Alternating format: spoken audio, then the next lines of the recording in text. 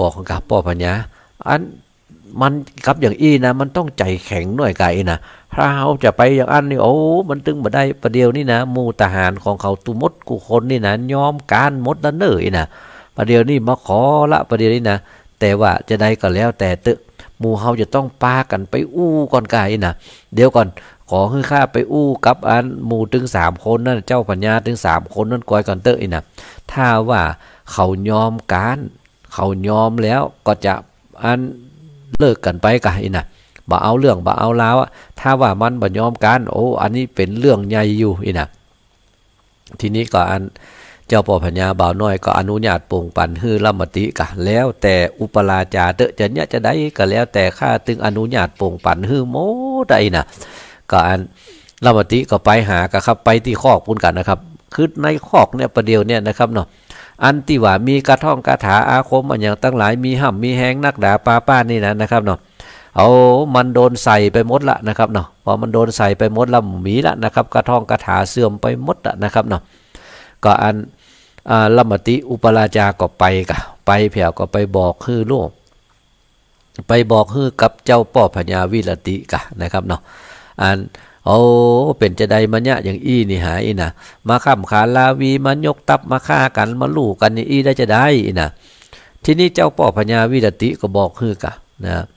อันเฮาเนี่ยเป็นเต้าเดิมอ่อนเสวยนครนี้เล่าสืบแต่เก่าเมินนานส่วนเต้าผู้บ้านตนใหม่บ่ใจเจือเต้าไทยเดิมทีแม้นบุญมีหลายหลากนับแต่หากเป็นเขยไผบ่เคยบอกไว้ให้เต้าไทยปีตาไปขอขมาก้มเก้าไว้ลูกเต้าเขยเมืองอันนี้ไปอู้คือฟังดวงนะฮะท่านยอมการเนี่ยนะไปไหว้เจ้าป่อพญาเฮาเตอะนะถ้าไปไหว้เจ้าป่อพญาเฮาแล้วเนี่ยเฮาจะยกโตดยกตาให้หมดอันที่เรื่องที่แล้วไปตึงหมดตึงมวลบ่ท่าว่ากันนะนะปโทเจ้าป่อพญาวิรติเนี่ยนะครับเราก็บอกกันโอ้เฮานี่เป็นป่อเมียมันรู้นะจะฮื้อป่อเมียเนี่ยนะไปไหว้ลูกชายข้าตึงบ่เอารู้นะคนตั้งหลายก็จะมาเล่ากันเศร้าๆกันนะเข้ายี่บ่ได้ตายเป็นตายนะอันญาติของพญาลุยนะเข้าโอ้ไผจะมาจู้หน้ากันแถมตายเป็นตายจะเอาไปฆ่าก็ไปฆ่าเตอะนะปโทปเจ้าป่อพญาวิรติว่ามาอย่างอันนั้นนะครับเนาะตึงลูกตึงเมียครับตึงดันทิกาตึงแม่พญาเอาละครับเนาะพอได้ยินอย่างอันก็ให้ซอกันนะครับโอ้ป่อเฮ้ยป่ออันดิป่อจะไปว่าอย่างอันก้านะก็ย้อนกลับมาหน้ากล้าใจแข็งบนเล็งแยงสันทองหื้อแม่นจ้องคองทำคนหนานำหนุ่มเน่าเตี้ยงไม่เอาเมาวน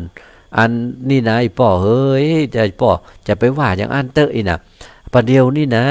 อันย้อนก็เป็นอย่างเอี้ยเนี่ยจะมาตายอยู่กับมีเอี้ยไก่นะป่อกึดก้อยหื้อมันดีเนอนะข้าเจ้าขอละนะบัดถ้าไปว่าอย่างอันปล้ำปเหลือป่อเฮ้ยจะกำก็ตาย2 กำก็ตายจะไปว่าอย่างอันกะนะทีนี้อันแม่พญาก็เอาทำลากันนะครับเนาะว่าอันลูกของตัวเก่าว่าไปแล้วแม่พญาก็ซ้ำมาว่าแต่มันโอ้ข้าแต่พี่เจ้าเหนือหัวในวันตัวพี่เจ้าเจ้าพี่ได้หลีกลี่หนีหายน้องตุกหลายนักแก่เต้าล้มแผ่ตึงจันนางกำนันช่วยไว้จึงฟื้นได้เป็นคนกั้งเมาวนกั้งแกนถมทางแน่นหรไทยเต้าอธิษฐานใจข้ามเจ้าฮื้อปี้เจ้าภูบานโป้นภัยมารอุบาทเคาะร้ายกาดหายหนได้เอาตนคืนสู่ยังที่อยู่พาลาทีนี้พอมาเป็นประเดี๋ยวเนี่ยเจ้าปี้มาว่าอย่างอี้แถมเนี่ยโอ้บ่ได้ละเฮ้ยเจ้าปี้เฮ้ยนะขอเตอะอีนะอันเจ้าป่อพญาวิรติครับได้ยินตึงลูกตึงเมียมาให้ซอกันเนี่ยอันแล้วเนี่ยนะครับเนาะก็บอกว่าเดี๋ยวนี้จะได้เหมือนกันนะครับเนาะมันกัดอยู่ในอกอึกนึกอยู่ฮะน่ะจะฮื้อไปไหว้ลูกชายของตัวเก่าอย่างนะครับเอาคนก็จะมาเล่ามาลือกันกับจะบอกไปไหว้เนอะเมียก็ให้ลูกก็ให้เนี่ยจะได้ดีกันนะประเดี๋ยวนี้นะครับนะทีนี้อันกำลังกึดใจอยู่อย่างอันเนี่ยนะครับเนาะใจเนี่ยทัดกับอันสุจิตากันนะครับเนาะก็มากึดใจกันกับถ้าเฮาหมู่เฮานี่บ่ยอมนะตายเปิ้นถึงจะเอาไปฆ่าละอีนะทหารเฮาก็มีการไปหมดละประเดี๋ยวนี้นะอีนะทีนี้ถ้าเฮายอมมันเหี่ยประเดี๋ยวนี้ได้ปิกบ้านคืนเมืองไปถ้าได้ปิกบ้านคืนเมืองไปแล้วไปห่ำไปเฮียนกระท่องกระถาเสาะหาคนใหม่มาแถมนะทีนี้ก็มาสู้กับมันแถมใหม่ก็ตึงจะแป้มันอยู่กะอีนะ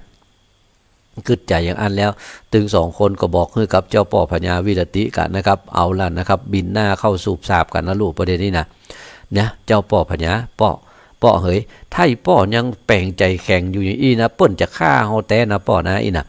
ทีนี้ถ้าเฮายอมมันไปเหี่ยก่อนนะประเดี๋ยวนี้นะยอมมันไปแล้วมันจะฮื้อไหวก็ไหวไปก่อนเตอะอีนะถ้าก่อนอันเฮาปิกไปบ้านไปจองแล้วเนี่ยไปเฟิกคนทำไมไปเสาะเฮียนกระท่องกระถาแถมไม่ได้กันมานักๆหลายๆแล้วปิกมาสู้กับมันแถมมันตึงจะแพ้มันวันหนึ่งคือมันได้อะประเดี๋ยวนี้ยอมมันไปก่อนเนาะป้อเนาะอีนะเนี่ยได้นะครับเนาะพอประเดี๋ยวนี้นะครับตึงลูกใจตึงลูกบ่าวมาบอกอย่างอี้แล้วเนี่ยนะครับเจ้าป่อพญาวิรติก็งอกหัวหันตัวกับพอก็งอกหัวหันตัวก็เลยบอกคือกับว่า3 เฮารานี้ไซจักตัวไต่ตามกรรมจุงรีบนำเฮาออกคือโป้นข้อกังกาว่าอันนะทีนี้อันละมติครับก็เลยปล่อยตึง3 เจ้าป่อพญากับปาไปหาอันปุ้นกันนะครับเนาะอันป่อพญาบ่าวน้อยก็คือประเดี๋ยวนี้มันกระท่องกระถาอย่างกระตึงหมีแล้วลุ่นนะครับยมไปหมดละอันที่แหงดีๆนี่ก็บ่หมีแล้วนะครับเนาะมันโดนใส่ไปแล้วลุ่นนะครับเนาะตึงมดก็ปากันเข้าไปหาเจ้าป่อพญาบ่าวน้อยกะตึงตัวของอันนันทิกาครับตึงแม่พญาครับปากันเข้าไปแหละนะครับทีนี้กำลังจะเตียวเข้าไปหาอันนี้นะเตียวเข้าไปหาอันตัวของอันเจ้าป่อพญาบ่าวน้อยเจ้าป่อพญาบ่าวน้อยปอหันใส่เจ้าป่อพญาวิรติเตียวเข้าป้นประตูวังของตัวเก่ามาแต่อันนั้นนะครับเนาะตัวเก่านั่งอยู่บนแท่นดูนะครับก็ฟังพลัดพเลดลงจากที่นั่งของตัวเก่ากันนะครับเข้าไปไหว้ตัวของเจ้าป่อพญาวิรติลงโอ้เจ้าป่อพญาวิรติก็ยอบแยบนั่งลงกับหันกันนะครับเนาะไหว้ลูกของตัวเก่าแถมว่ากันนะครับประเด็นนะประเด็นนี้ซ้ำมาไหว้ลูกชายของตัวเก่าทำละนะครับเนาะโอ้ต่างคนก็ต่างมาเถียงหัวกันทำมากับประเด็นนี้นะโอ้ยป่อมาไหว้ผมไม่ยังไงนะมาไหว้ข้าอย่างไงนะอันนั้นก็ว่าหรืออันโอ้จะมาฮื้อผมมาไหว้อันถึงแม้ว่าข้านี่จะเป็นเจ้าพญาแต่ว่าอันเนี้ยป้อลูกนะป้อเมียลูกจะฮื้อป้อเมียมาไหว้ข้าเจ้าโอ้บ่ได้คนจะปากันมาเล่าสาวๆก็ว่าเฮาง่าวหรอกใบง่าวปาลาฮื้อป้อชายามาไหว้ในที่ใกล้ตีนตนอกุศลตัวทอยเตี้ยงเกิดห้อยมาปานถึงบ่เอาจะมาใหญ่อีบ่ได้อีน่ะ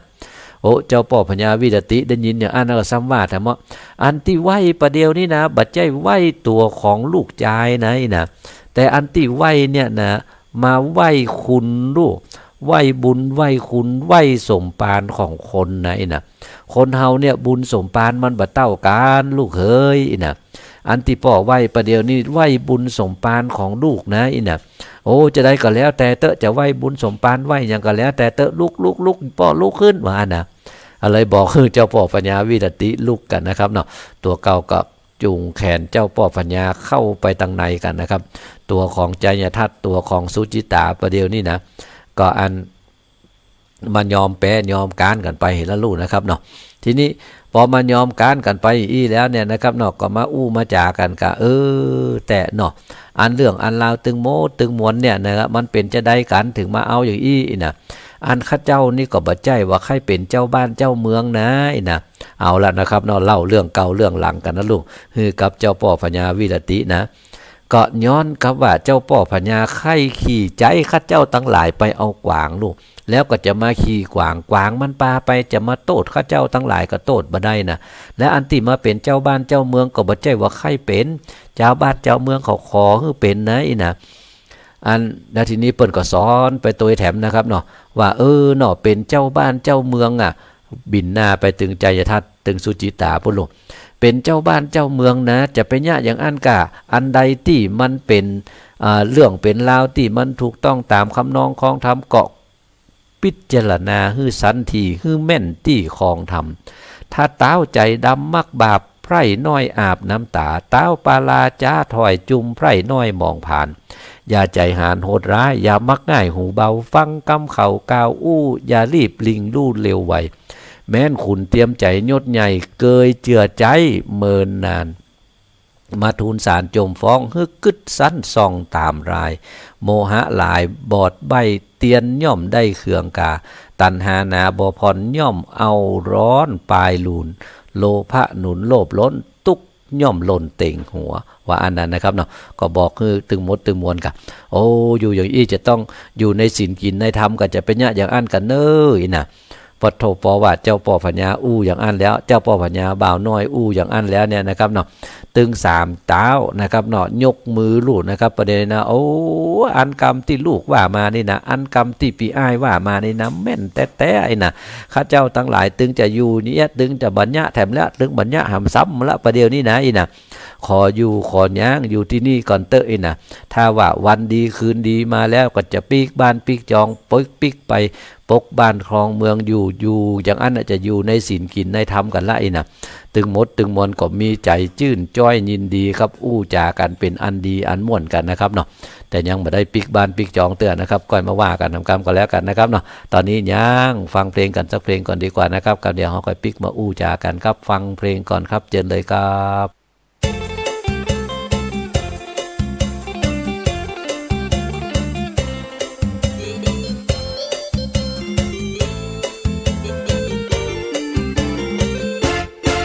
ขอโทษ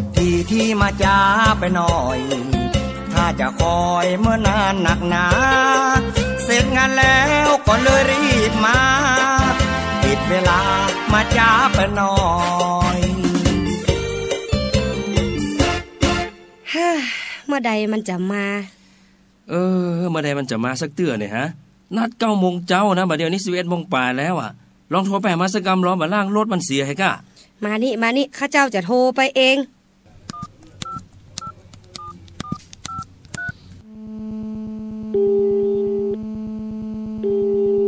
ฮัลโหลโอ้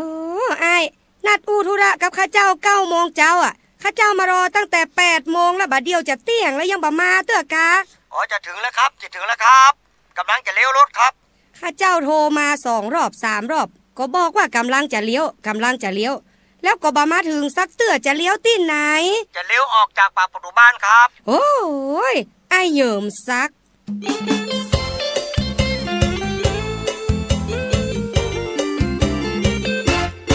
ขอโทษที่อย่าเพิ่งติเพิ่งจม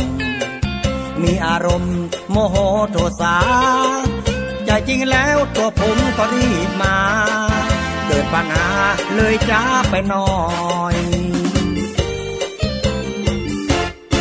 คุณเยิมซักคำขวายครับเจ้านายครับโอ้ผมมาพอใบเซ็นเวลาทำงานของคุณแล้วเนี่ยรู้สึกว่าคุณมาขวายตลอดเวลาเป็นเพราะอะไรยังกะอันฟังก่อนเข้าทำงานเวลา8 โมงแต่คุณมาเกือบ11 โมงทุกวันอันที่ผมมาจ้านะครับพ่อผมก็ป่วยแม่ผมก็เสียเมียผมก็รู้ต้องน้องก็ตกกันไดผมแล้วมาจ้าครับเจ้านายครับเปิ่นถึงว่าคนมาขวายมันจึงมีข้ออ้างตลอดเวลาเอาอย่างอี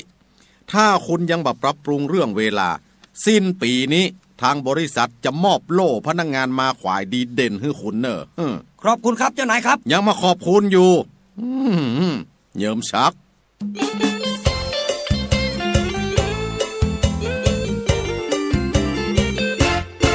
ขอโทษที่บ่ได้มี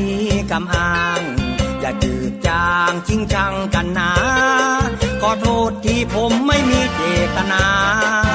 ขอสุมาที่จ้าไปหน่อย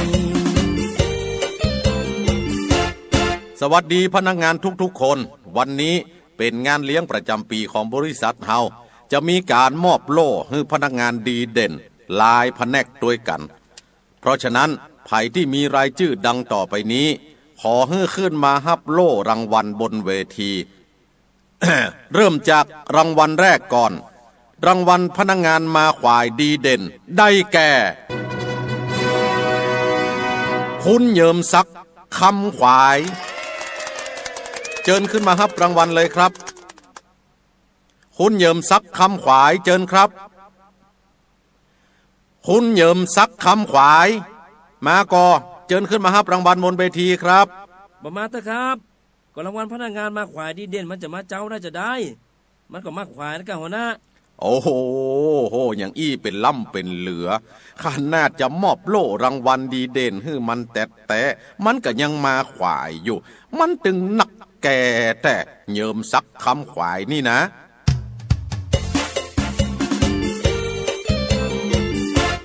นะครับเนาะฟังเพลงกันไปแล้วปิกมาอู้จากันต่อครับสาระธรรมกำเมืองผมวิโรจน์ อินทนนท์กำลังอู้จากับเจ้าปี่นายน้องของเฮาในช่วงเวลานี้กันอยู่นะครับ FM 104.5 คลื่นเพื่อการศึกษาพระพุทธศาสนาและวัฒนธรรมวัดฝ่ายหินอำเภอเมืองจังหวัดเชียงใหม่ครับเป็นแม่ข่ายถ่ายทอดเสียงนี้ไปตำตั้งสถานีวิทยุเครือข่ายกัลยาณธรรมหลายๆสถานีด้วยกันนะครับขอบคุณสถานีวิทยุกู้สถานีครับที่ได้เอื้อเฟื้อให้รายการสาระธรรมกำเมืองออกอากาศให้กับเจ้าปี่นายน้องของเฮาได้ฟังกันนะครับเนาะเฮาปิกมาอู้จากันต่อครับประเดี๋ยวนี้เจ้าป่อพญา3พญาปุ้นการละนะครับยอมละนะครับเนาะเอาเจ้าป่อพญาบ่าวน้อยก็ปั่นศีลฮื้อกับประเดี๋ยวนี้นะครับนอดเตดหลุดนะครับเล่าฮื้อฟังโดเป็นเจ้าพญาจะเนี่ยจะได้ดีเนี่ยจะได้บ่ดีนะเอาทีนี้ก็อันพออย่างอันแล้วเนี่ยนะครับเจ้าป่อพญาบ่าวน้อยครับใจหมู่ทหารทั้งหลายตีกองเลยประเดี๋ยวนี้เขาจะกินเลี้ยงกันให้มันเต็มที่ประเดี๋ยวนี้นะเพราะว่าอันหมู่ตึงมวนกันเนี่ยเปิ้นก็การกันหมดแล้วนะเฮ้อเจ้าบ้านเจ้าจองทั้งหลายเนี่ยได้ถ้าว่าหลังจากที่อันตุกกันมาเมินละไอ้นะได้มาสู้มาฮบกันนี่นะประเดี๋ยวนี้เฮ้อกินเลี้ยงกัน7 วันว่านะปดโถประเจย่อยๆนะครับเรากินเลี้ยงกัน7 วันนี่นะแล้วก็อันหมู่ทหารทั้งหลายจากอันตากศิลากาโกสัมพีกาปุ่นอันคีรีนครกันนี่นะเอาขึ้นมาด้วยกันมากินด้วยกันนี่เหี้ยอีนะเขามาแล้วรู้ประเดี๋ยวนี้เป็นบ้านปี่เมืองน้องกันแล้วรู้มาเดี๋ยวนี้นะอีนะขึ้นมาอยู่ด้วยกันกินด้วยกันขึ้นมดขึ้นเสียงเด้ออีนะก็หมู่นั้นยอมการกันแล้วรู้นะครับเนาะก็เลยได้อยู่ได้กินด้วยกันนะครับประเดี๋ยวนี้ปดโตเลี้ยงกันใหญ่ละนะครับอันปากันม่วนเล่นบ่ละเว้นอันใดเสียงกองใจเปี้ยพาดตึงละนาดมโหรีดุริยะดนตรีน้อยใหญ่เล่นเสียงไขว้คืนวันเสียงเนืองนั้นมีก้องมีไขว้ห้องปาลาพอร้อนนะครับเนาะ7 วันก่อนนั้นนะครับเนาะฮือเล่นฮือกินกันนี่นะครับเนาะเสร็จเรียบร้อยแล้วเจ้าป่อพญาก็เอาครัวเอาของรางวัลอันอย่างตั้งหลายเนี่ยนะครับเนาะฮือกับอุปราชาลมติฮือกับสหายตึง6 คนหมู่ทหารอันอย่างตั้งหลายก็ต้องไล่แจกกันเต็มที่กันนะครับเนาะทีนี้หมู่เจ้าป่อพญาทั้งหลายครับนะวิรติใจเนี่ยทัดเจ้าเจ้าป่อพญานะครับเนาะสุจิตาก็ปากันล่ำลากันปิกบ้านกันนะครับเนาะแต่ว่าเจ้าป่อพญาวิรมติครับจะมาลาปิกบ้านเจ้าป่อพญาบ่าวน้อยก็ซ้ำว่าเราป่อฟังปิกเตื้อกาอินะอันตึงลูกตึงเมียนะครับเมียของผมก็อยู่ที่นี่ไอ้นะละฮือ2 คนนั้นเขาปาหมู่ทหารเขาไปก่อนเตอะไปไอ้นะอันป่อจะบ่ปิกเตื้อป่ออยู่ที่นี่ก่อนเตอะไอ้นะอยู่พอลูกพอเต้าก่อนกาไอ้นะปตปว่าอย่างอันนะครับเนาะเจ้าป่อพญาวีรมติก็เอากันนะครับเนาะก็เลยเจ้าป่อพญาวีรติก็เลยอยู่บ้านอยู่เมืองไปก่อนครับประเดี๋ยวนี้ยังบ่ปิกเตื้อลูกอินตปัตของเมืองเก่าของตัวเก่านะครับเนาะก็อยู่ด้วยกันกับลูกของตัวเก่ากันนะครับตึงลูกตึงเมียนะครับเนาะได้มาจนแผ่ว3 เดือนนะครับเนาะอันกูก็ได้ลาละพรากออกมาจากเมืองตนบุญกุศลจ้องก้องได้มานั่งห้องผาปาลาเฮิงเมินมานักแก่เหนียวพ่อแม่สายใจจักคันนิ่งในไม่หมาดว่าลูกได้ก้อยกาดเมื่อมอนประเดี๋ยวนี้นะครับเนาะตัวของบ่อ้ายนะครับเนาะหลังจากที่อันเจ้าป่อพญาวิรติครับได้อยู่บ้านอยู่เมืองมา3 เดือนละเปิ้นก็ลาปิกบ้านปิกจองของเปิ้นกันนะครับเนาะยังเอาเมียของเปิ้นไปตัวอยู่นะครับเนาะคือเอาอันเมียของเปิ้นปิกไปบ้านไปจองตัวอยู่นะครับละเอาไว้กับลูกสาวนันทิกากันนะครับเนาะแต่ว่าตัวของบ่อ้ายบ่าวน้อยกันนะครับมากึดเติงหาป่อหาแม่ลูกประเดี๋ยวนี้ก็เมินนักแก่ละนายนะที่ได้จากบ้านเมืองของตัวเก่ามานี่นะเอาบ่ฮู้นะครับว่าสักตะใดแล้วก็บ่ฮู้นะครับในประเด็นนี้นะถ้าจะเป็น10 ปีปลายแล้วกันนะครับเราเพราะว่าออกจากบ้านจากจองมาอายุได้15-16นะครับแล้วก็ประเดี๋ยวนี้มาเป็นเจ้าบ้านเจ้าเมืองนี่ก็ได้เป็น10 ปีปลายพุ่นลูกนะครับเนาะเอาแต่เนาะคือเติงหาป่อหาแม่กะอันป่อเศรษฐีขัตติยะกับแม่เศรษฐีนั่นนะครับเนาะอันปทุมานั่นนะก็เนี่ยใดนะครับเราก็ใจคนไปกะใจคนไปให้เอาป่อกับแม่ของตัวเก่าเนี่ยมาอยู่ด้วยกันที่เพเหียอีนะอันเขาจะบ่ได้กึดเติงหาประเดี๋ยวนี้ได้มาเป็นเจ้าบ้านเจ้าเมืองแล้วเนี่ยก็จะมาตอบ แตนคุณกะนะทรายแตนคุณที่พ่อแม่ได้เนี่ยฮือกับตัวเก่ามาอีนะได้เลี้ยงได้พอได้กอยตัวเก่ามานะครับเนาะปุ่นพดไปแผ่วเมืองบีเทหะปุ่นนะครับเนาะแต่เนาะพ่อเศรษฐีก็มาอยู่เฮ้ยนะครับจ้ะอันที่มานี่บัดใจอันหยังนะครับเนาะเพราะว่าอันพ่อเศรษฐีมานี่นะแต่เนาะเหมือนกรรมที่หมอได้ตรายเอาไว้แต่ลูนี่นะปทุมาก็ว่าอย่างอันเหมือนกันเพราะว่าตกเมื่อล่าเมื่อลูนมาเนี่ยจะได้เปิ้งลุยนะเปิ้งป้าอาศัยลูกแต่พ่อเศรษฐีก็มาสลั่งสังกาอยู่แล้วนะครับเพราะว่าตอนน้อยๆมากินบ่อยกินบอดกินเข้าตึง7 แอป 7 ไหกันนะแต่เนาะนึกว่าจะมาผ่านมาล้างมาผ่านแล้วนะมาแผ่วประเดียวเนี่ยนะครับเนาะซ้ำมาได้เป็นเจ้าบ้านเจ้าเมืองจุมันแต่หาว่าอันเจ้าพ่อพญาอินทปัตนั่นน่ะยืมครัวยืมของตัวเก่ามากะว่าจะมาฮื้อเปิ้นฆ่าตายเหี่ยมันก็ซ้ำมาได้แต่ซ้ำมาได้เป็นเจ้าเมืองเหี่ยบุญคนเฮานี่มันเป็นอย่างอี้นู่นนี่แต่หาอีน่ะเจ้าพ่อพานอันคัตติยะเศรษฐีครับนะป่อของบ่อายก็มากึดได้ประเดียวนี่นะเนาะนะเรื่องของบุญเรื่องของกุศลทั้งหลายนี่นะมากึดออกประเดียวครับพอมากึดออกประเดียวแล้วก็มาอยู่ตัวกันนะครับเนาะพอมาอยู่ตัวแล้วเนี่ยนะปะโทอันนี้ก็เลี้ยงพอป่อของตัวเก่าอย่างดีนะครับเนาะมีอันอย่างที่จะฮื้อกินได้อันอย่างตั้งหลายได้เนี่ยนะครับปะตอกป่อคัตติยะเศรษฐีมาอยู่ที่นี่ก็ม่วนอกม่วนใจของเปิ้นไปกันนะครับเพราะว่าได้มาอยู่กับลูกและลูกนะครับเนาะม่วนอกม่วนใจกันไปนะครับเนาะตามภาษาครับของอันป่อคัตติยะเศรษฐีแม่ปทุมาครับก็มาอยู่กับลูกของตัวเก่าและลูกประเดี๋ยวนี้นะลูกได้เป็นเจ้าบ้านเจ้าเมืองจะบ่ม่วนใจได้จะได้นะครับเนาะทีนี้อันตีตึงมดตึงมวลมาอยู่กัน8 คนนั่นเนาะนะครับเนาะ8 คนนะมาอยู่ด้วยกันนี่นะก็เพราะว่าอันเจ้าทั้งหลายนั่นแถม7 คนนั่นนะครับ8กับบ่อายบ่าวน้อยแล้วนะครับเนาะจะมาอยู่เมืองเดียวกัน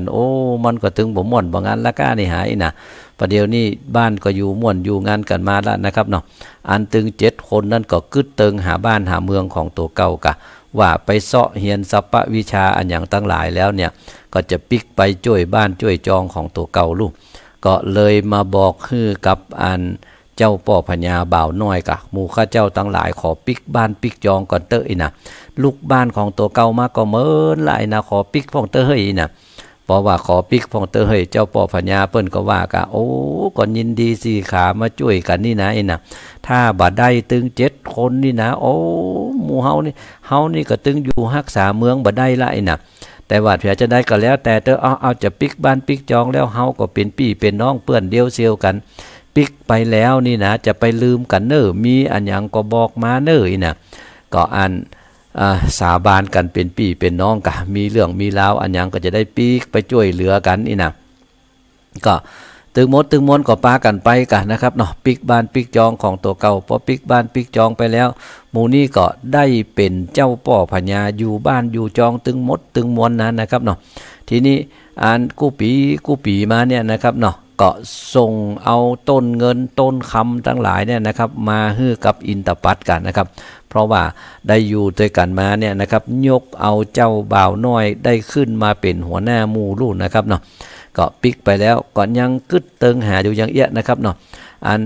วันดีคืนดีก็มานั่งประชุมจุ่มนุ่มกินด้วยกันเล่นด้วยกันก็เป็นอันดีอันม่วนครับอยู่ปกบ้านครองเมืองกันไปนะครับทีนี้เฮาปิกมาอู้จากันกับตัวของอันใจยทัตกะนะครับเนาะใจยทัตนะครับลูกบ่าวของเจ้าป่อพญาวิรตินั่นนะที่ไปอยู่เมืองโกสัมพีพุ่นนะครับเนาะตั้งแต่ว่าไปฮบปิกมานี่นะครับมันตึงบ่ม่วนบ่งันครับเพราะอันหยังอันต่อหน้าต่อตาเปิ้นก็ว่ายอมการแต่นะครับเนาะแต่พอปิกมาแผ่วบ้านแผ่วเมืองแล้วเนี่ยนะครับเนาะก็เป็นที่อายฮื้อเจ้าบ้านเจ้าเมืองกับเขาเล่ากันสาวๆลูกประเดี๋ยวเนี่ยไปฮบปุ้นนะอันที่เมืองอินทปัตปุ้นแล้วไปการเปิ้นมานะเจ้าป่อพญาเฮาแหงก็นักก็หนานะนะไปสู้เปิ้นบ่ได้เฮ้ยประเดี๋ยวนี้การปิกมาเนี่ยแต่น้อยนะอันนี้เจ้าบ้านเจ้าเมืองเปิ้นเล่ากันสาวๆนะครับเล่าบ่ใช่เล่าบ่ได้นะเสียงนี่มันนะครับเนาะคืออันจะมาเล่าสองหน้าสองตามาเล่าขวัญอีเตอะนะครับเนาะอันเจ้าป่อพญานะครับจะมาไล่เอาคนหมู่นี้มามันก็บ่ได้นะครับเนาะอัน ในใจของเจ้าป่อพญาใจยทัตนี่นะก็กึดอยู่ตัวหันตึงมือตึงวันนะเฮาการแถมสักวันหนึ่งก่อนเตอะจะบอกหมอกคือมันสักกรรมบาเนี่ยมันจะสักหมอกใดเหียนี่หายนะขอก่อนเตอะเฮาได้ไปห้ำเฮียนวิชาอันอย่างตั้งหลายมาได้ดีแล้วอีนะจะไปบอกหมอกคือมันสักกรรมมาอีนะคนเฮานั่นน่ะลูกปัจจายโหลด10 ปีไปแก้แค้นมันก่อนยังบัจจ้านะอันมาเป็นยังเอาไว้ก่อนก็แล้วกันเตอะอีนะซ้ำมาได้ยินเจ้าบ้านเจ้าเมืองมันเล่ากันอย่างอี้แถมซ้ำหายนะครับเนาะอยู่ไปอยู่มาครับพอวันดีคืนดีมาห้องทหารตั้งหลายมากะสู่เขาตั้งหลายอยู่พอบ้านพอเมืองจะไปบอกคือไผที่ไหนเนยนะอันข้าจะไปเสาะห้ำเฮียนสัปปะวิชาตั้งหลายก่อนอันบอกคือทหารได้อยู่บ้านอยู่เมืองพอกันก้อยเนาะตัวเก้าก็ปลอมตัวกะนะครับเนาะอันนี้เอาทหารอันตนใหญ่คนใหญ่แต่อันนั้นนะครับมาพอบ้านพอเมืองแทนตัวเก่านี่นะตัวเก่าเนี่ยนะครับเนาะก็ปลอมตัวนะครับเนาะแถลงเป็ดของตัวเก่านะไม่ใช่แถลงนะครับเนาะคือประเดี๋ยวนี้อันไปเนี่ยตัวเก่าเป็นเหมือนกับตุ๊กตานะครับเนาะอันนุ่งผ้าปุดเตียวปุดเนี่ยนะครับเนาะออกบ้านออกจองไปแหละนะครับไผที่ไหนก็จำมาได้นะครับเนาะออกไปเพราะอย่างนะครับไปเสาะห้ำเฮียนสัปปะวิชาทั้งหลายครับเกิดว่าสัปปะวิชาทั้งหลายเมื่อเฮียนมาแล้วได้หูแล้วจะไปบอกหมอกมันสักกรรมกรรมนี้นะอีนะโอ้ประเดี๋ยวนี้เอาทำละนะครับนอกใจยทัศน์ครับจะไปห้ำเฮียนวิชาครับเพราะว่าจะไปบอกหมอกคือบ่อายบ่าวน้อยสักกรรมว่าจะเป็นจะใดก็ก่อยมาติดตามลามตัวกันแล้วกันนะครับนอกว่าจะไปห้ำเฮียนวิชาที่ไหนครับที่มันได้ห้ำหูนักกว่าเก่านะครับแล้วจะมาปิกมาไล่ฆ่าบ่อายบ่าวน้อยได้จะใดครับวันนี้เวลาของสารธรรมกับเมืองมดเสี่ยงไปแล้วครับผมวิโรจน์อิสนนท์ขอล่ำลาเจ้าปี่นายน้องของเฮาไปด้วยเวลาเพียงแต่อีก่อนนะครับโชคดีมีใจเป็นของเจ้าปี่นายน้องเฮาจูผู้นายคนครับสวัสดีครับ